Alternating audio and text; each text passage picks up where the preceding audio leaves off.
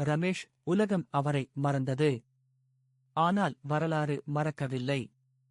சென்னையின் டைடல் இல் 28வது நாள் ரமேஷ் கையிலிருந்து ஐடி கார்டு விழுந்தது. இப்போதும் நீ சரியானவனில்லை. அவனுடைய மனசில் அந்த வாசகம் 8வது முறை ஒலித்தது. அந்த கணம் அவன் மனதில் கணக்கில்லாத குழப்பம். ஒரு சாதாரண சென்னை ஐடி பணியாளர் எப்படவென்றார். ரமேஷ் வாழ்க்கை மாற்றம். நண்பர்கள் எப்படி ஒத்துக்கொண்டார்கள்? அந்த நாட்கள் மிகவும் கடினமாக இருந்தன. அவர் வெளியில் சாதாரணமாக இருந்தார், உள்ளே மட்டும் போர் நடந்தது. 2023 இன் சுனாமி போல வந்த புதிய வேலை இல் தனியொரு தடம். ரமேஷ் இலிருந்து வந்தவன். அன்ஃபமிலியர் ஆஃபீஸ் கல்ச்சர், அன்ஃபமிலியர் பீப்பிள்.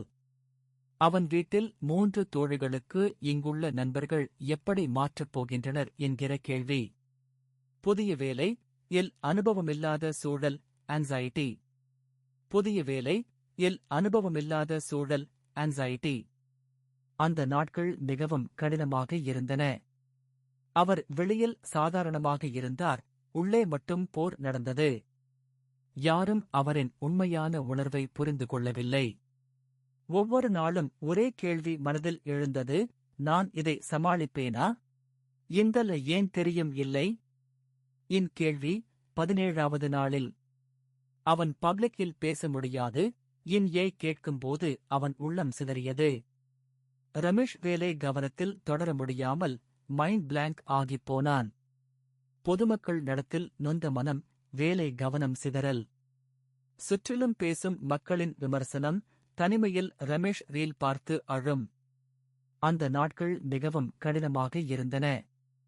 அவர் வெளியில் சாதாரணமாக இருந்தார், உள்ளே மட்டும் போர் நடந்தது. யாரும் அவரின் உண்மையான உணர்வை புரிந்து கொள்ளவில்லை. ரமேஷ் 59வது நாள். வில் 4 பேரும் ரமேஷை பற்றி பேசுகிறார்கள்.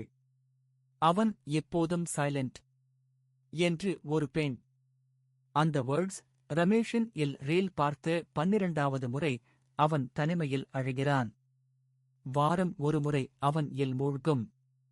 பொதுமக்கள் நடத்தில் நொந்த மனம், வேலை கவனம் சிதறல். அந்த நாட்கள் மிக கடினமாக இருந்தன. அந்த நாட்கள் மிகவும் கடினமாக இருந்தன. அவர் வெளியில் சாதாரணமாக இருந்தார், உள்ளே மட்டும் போர் நடந்தது. யாரும் அவரின் உண்மையான உணர்வை புரிந்து கொள்ளவில்லை. ஒரு தெரப்பி செஷன். ஜனவரி 2024 14. டாக்டர், நீ ஒளிவைக்க வேண்டாம். ரமேஷ் முதல் முறையாக 38 நிமிடங்கள் மனசில் உள்ளதை சொன்னான். அதுல அவன் உண்மை தெரிந்தான். அவனுக்கு ஆயிருக்கும் போதுதான் அதிகமான பயம். ஒரு தெரப்பி உண்மையே அறிந்து கட்டுப்படுத்தும். யாரும் எதிர்பார்க்கவில்லை. அந்த நாட்கள் மிகவும் கடினமாக இருந்தன. அவர் வெளியில் சாதாரணமாக இருந்தார், உள்ளே மட்டும் போர் நடந்தது. யாரும் அவரின் உண்மையான உணர்வை புரிந்து கொள்ளவில்லை. ஒவ்வொரு நாளும் ஒரே கேள்வி மனதில் எழுந்தது, நான் இதை சமாளிப்பேனா? தெரப்பி கேட்ட நாளிலிருந்து ரமேஷ் 4 நண்பர்களிடம் உண்மையை சொன்னான். நான் ஆங்ஷியஸ் தான், பட் ட்ரை பண்றேன் என்றான். அவர்கள், நீ இருக்க, நாங்க இருக்கோம் என்று காட்டினார்கள். Small steps, lunch meet-ups, group discussions. Ramesh மீண்டும் எழுந்தார். அந்த நாட்கள் மிகவும் கடினமாக இருந்தன. அவர் வெளியில் சாதாரணமாக இருந்தார், உள்ளே மட்டும் போர் நடந்தது. யாரும் அவரின் உண்மையான உணர்வை புரிந்து கொள்ளவில்லை.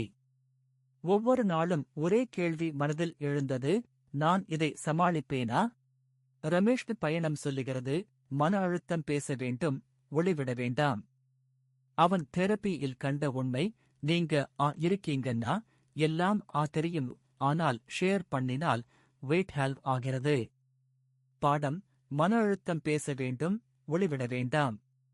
அந்த நாட்கள் மிகவும் கடினமாக இருந்தன.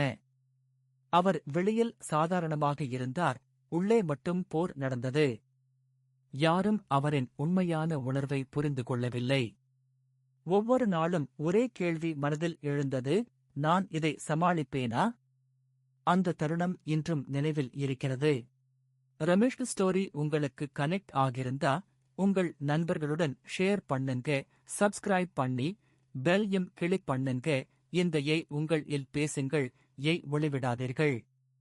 இதே மாதிரி ரியல் ஸ்டோரிஸ்கான கனெக்ட் பண்ணுங்கள். இந்த கதை உங்களுக்கு பிடித்திருந்தால் லைக், ஷேர், சப்ஸ்கிரைப் செய்யுங்கள். அந்த நாட்கள் மிகவும் கடினமாக இருந்தன. அவர் வெளியில் சாதாரணமாக இருந்தார், உள்ளே மட்டும் போர் நடந்தது. யாரும் அவரின் உண்மையான உணர்வை புரிந்து கொள்ளவில்லை. ஒவ்வொரு நாளும் ஒரே கேள்வி மனதில் எழுந்தது, நான் இதை சமாளிப்பேனா? 59வது நாளில் ரமேஷ் தனியாக என் மூச்சு பிடிக்கிறது என்று சர்ச் பண்ணினான். அந்த சர்ச் 7 ஆன்சைட்டி டிப்ஸ். அவன் அந்த முறை சரியான பதில் கிடைக்கவில்லை. ஒரு சாதாரண சென்னை ஐடி பணியாளர் எப்படி வென்றார்? ரமேஷ் வாழ்க்கை மாற்றம், நண்பர்கள் எப்படி ஒத்துக்கொண்டார்கள்? அந்த நாட்கள் மிகவும் கடினமாக இருந்தன. அவர் வெளியில் சாதாரணமாக இருந்தார், உள்ளே மட்டும் போர் நடந்தது. யாரும் அவரின் உண்மையான உணர்வை புரிந்து கொள்ளவில்லை.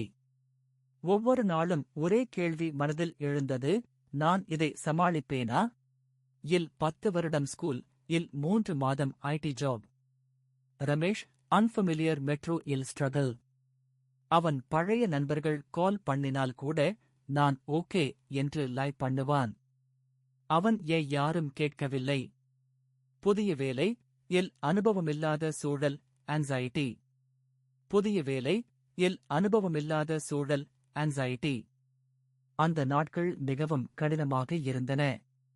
அவர் வெளியில் சாதாரணமாக இருந்தார், உள்ளே மட்டும் போர் நடந்தது. யாரும் அவரின் உண்மையான உணர்வை புரிந்து கொள்ளவில்லை. ஒவ்வொரு நாளும் ஒரே கேள்வி மனதில் எழுந்தது, நான் இதை சமாளிப்பேனா? ஒரு ப்ராஜெக்ட் டெட்லைன் வந்தபோது 8 மணி நேரம்க்கு முன்னால் ரமேஷ் மைண்ட் ஃப்ரீஸ். அவன் இல்லை என்று டீம் லீட் சொன்னா. இந்த ஃபீட்பேக் 3 RD டைம். அவன் கான்ஃபிடன்ஸ் டவுன். பர்ஃபார்மன்ஸ் குறைவு. பொதுமக்கள் நடத்தில் நொந்த மனம், வேலை கவனம் சிதறல். சுற்றிலும் பேசும் மக்களின் விமர்சனம், தனிமையில் ரமேஷ் ரீல் பார்த்து அழும். அந்த நாட்கள் மிகவும் கடினமாக இருந்தன. அவர் வெளியில் சாதாரணமாக இருந்தார், உள்ளே மட்டும் போர் நடந்தது. யாரும் அவரின் உண்மையான உணர்வை புரிந்து கொள்ளவில்லை.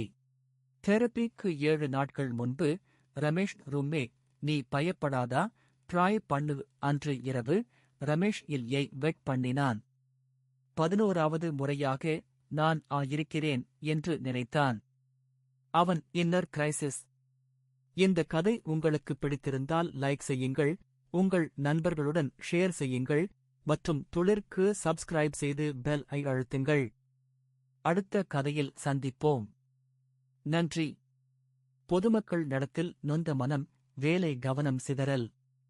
அந்த நாட்கள் மிகக் கடினமாக இருந்தன.